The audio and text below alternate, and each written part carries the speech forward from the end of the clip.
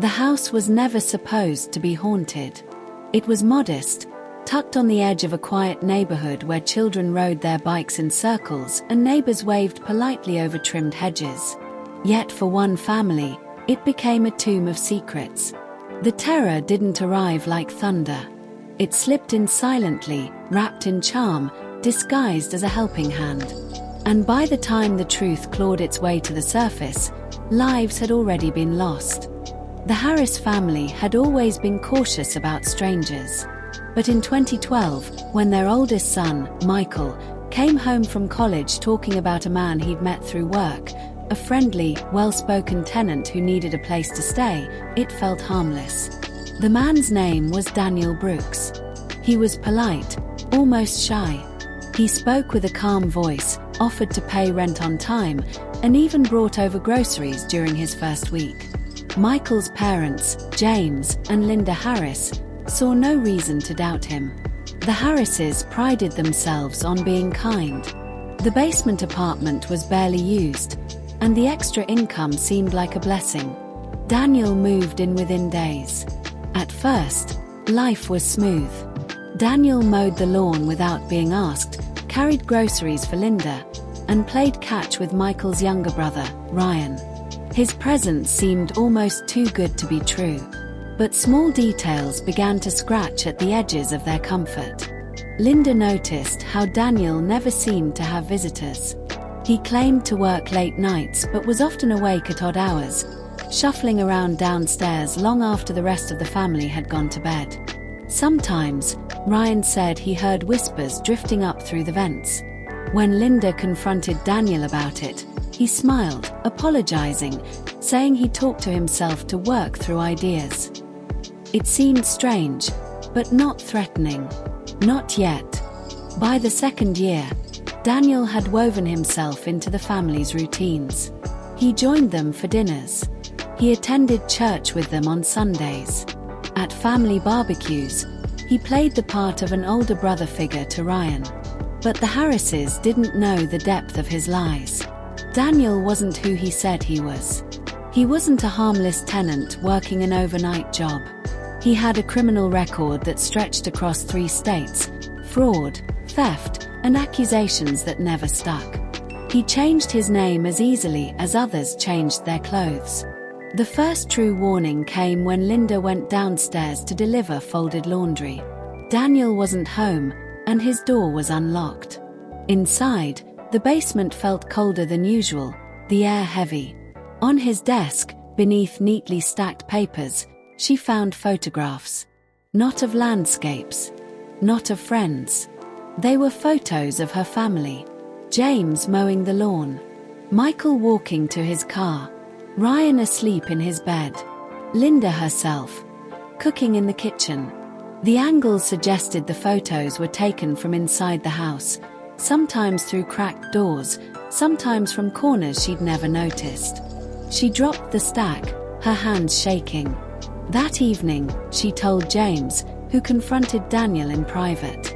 Daniel denied everything, claiming the photos were practice shots for a photography project. His tone was smooth, convincing. James wanted to throw him out, but Linda hesitated. "What if it really is just a misunderstanding?" she whispered. That hesitation cost them everything. It was Ryan who disappeared first. A bright autumn morning in 2014, the 13-year-old never made it to school. His backpack was found in the woods behind the neighborhood, half buried under leaves. Panic rippled through the family and community. Daniel was there the entire time, comforting Linda, helping James organize search parties, speaking to reporters with a calm concern that made him look like a hero. But Michael noticed things. Daniel was too involved. He offered theories before police had even finished questioning witnesses. He seemed to know where volunteers should search. He inserted himself into every moment of the investigation. 2 weeks later, police received an anonymous tip. It led them to an abandoned shed just outside town. Inside, they found Ryan's body, wrapped carefully in a blanket. Nearby were more photographs, this time of Ryan, alive, bound, terrified. The discovery shattered the Harrises. Daniel's mask slipped. The police pulled his record, realizing the truth. He had lived under different aliases for over a decade, leaving behind a trail of suspicion and unsolved disappearances. Still, there wasn't enough evidence tying him directly to Ryan's death. Daniel denied everything. He claimed he was framed. He told the Harrises he loved them like family.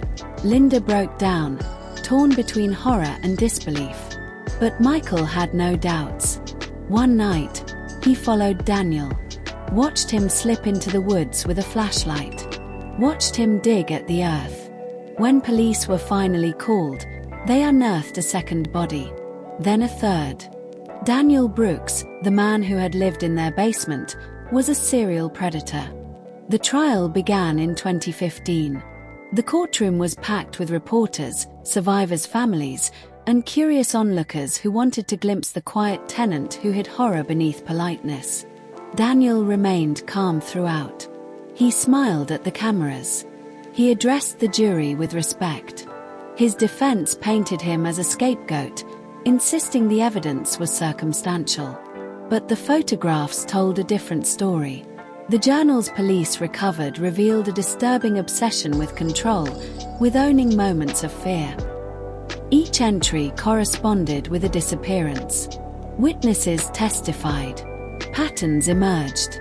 Every city he'd lived in carried whispers of vanished teens, missing women, unexplained deaths.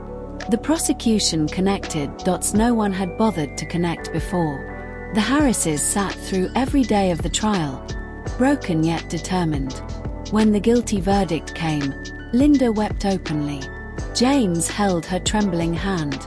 Michael stared at Daniel, who, even in shackles, gave him a slow, deliberate smile, as if to say the story wasn't over. Daniel Brooks was sentenced to life without parole. But the Harris family would never truly be free. The basement has been empty ever since. The Harris family moved away, unable to bear the memories that clung to the walls.